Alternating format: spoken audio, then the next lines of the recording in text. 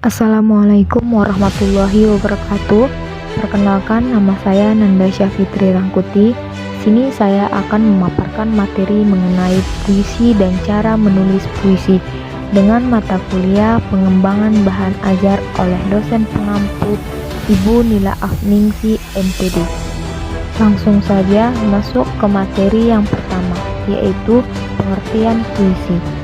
Puisi merupakan bentuk karya sastra dari hasil ungkapan dan perasaan penyair dengan bahasa yang terikat irama, mantra, rima, penyusunan lirik dan bait serta penuh makna. 2. Ciri-ciri puisi. Ciri-ciri puisi terbagi menjadi dua macam, yaitu puisi lama dan puisi baru. Yang pertama, puisi lama. Puisi lama merupakan puisi yang masih terikat oleh aturan-aturan, yaitu sebagai berikut. Yang pertama, jumlah kata dalam satu baris. Yang kedua, jumlah baris dalam satu bait. Yang ketiga, persajakan atau rima. Yang keempat, banyak suku kata di setiap baris. Dan yang kelima, irama.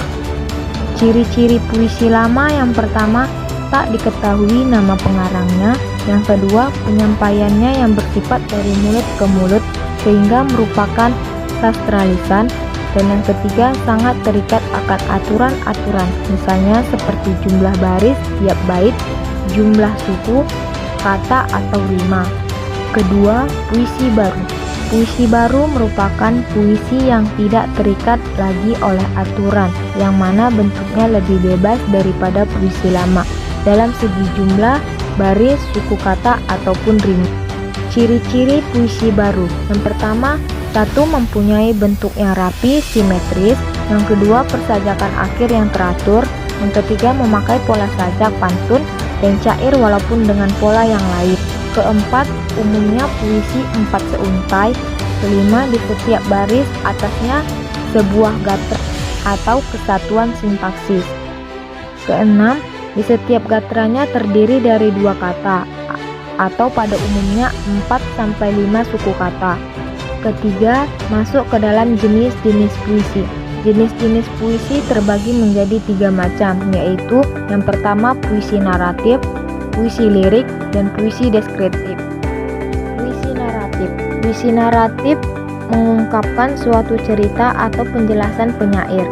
Puisi ini terbagi ke dalam beberapa macam, yakni balada dan romansa. Yang kedua, puisi lirik.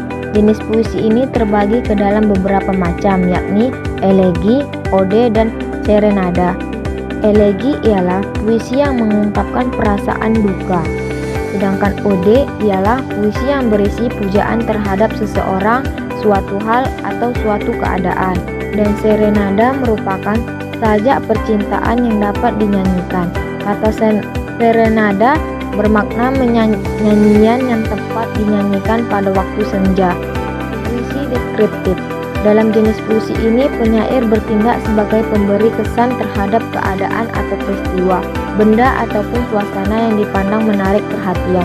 Puisi ini termasuk ke dalam jenis puisi deskriptif, misalnya satire dan puisi yang bersifat kritik sosial. 4. Unsur-unsur dalam puisi.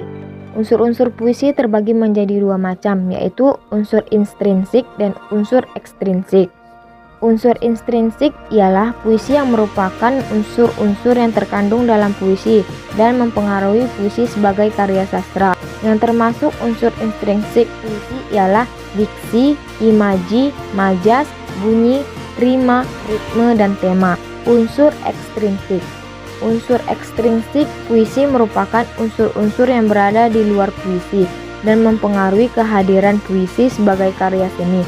Adapun yang termasuk dalam puisi ekstrinsik yaitu puisi ialah aspek historis, psikologis, filsafat, dan religius.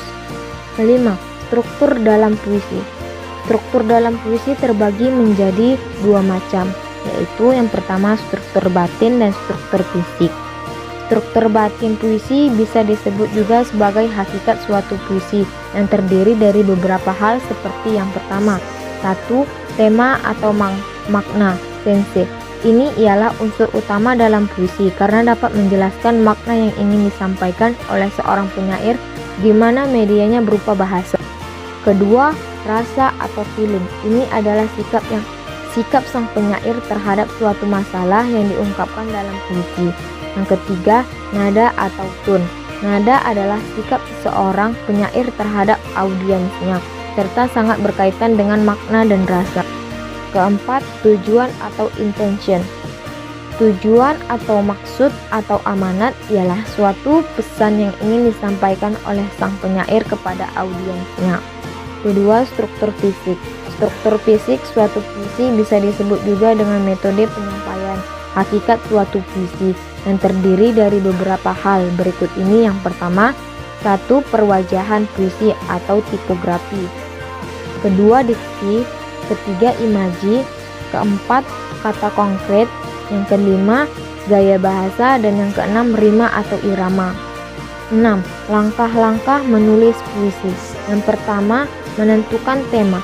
Untuk mendapatkan tema, kalian bisa memancingnya dengan menggunakan pertanyaan, keadaan di sekitar, perasaan maupun berbagai hal yang diamati. Yang kedua, menentukan kata kunci. Kata kunci ini diambil dari tema yang Anda tentukan. Misalnya kata banjir dapat dikembangkan menjadi menerjang, menghanyutkan, hancur, musnah, warga hilang, dan sebagainya. 3. Gunakan gaya bahasa.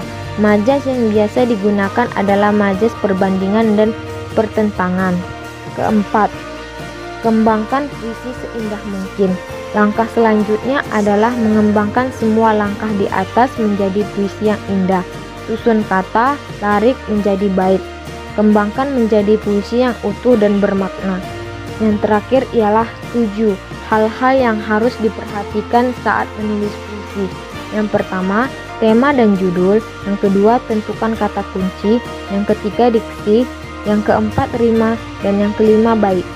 Baiklah, sampai di situ pemaparan saya mengenai puisi dan cara menulis puisi. Apabila ada kesalahan, lebih kurangnya saya mohon maaf.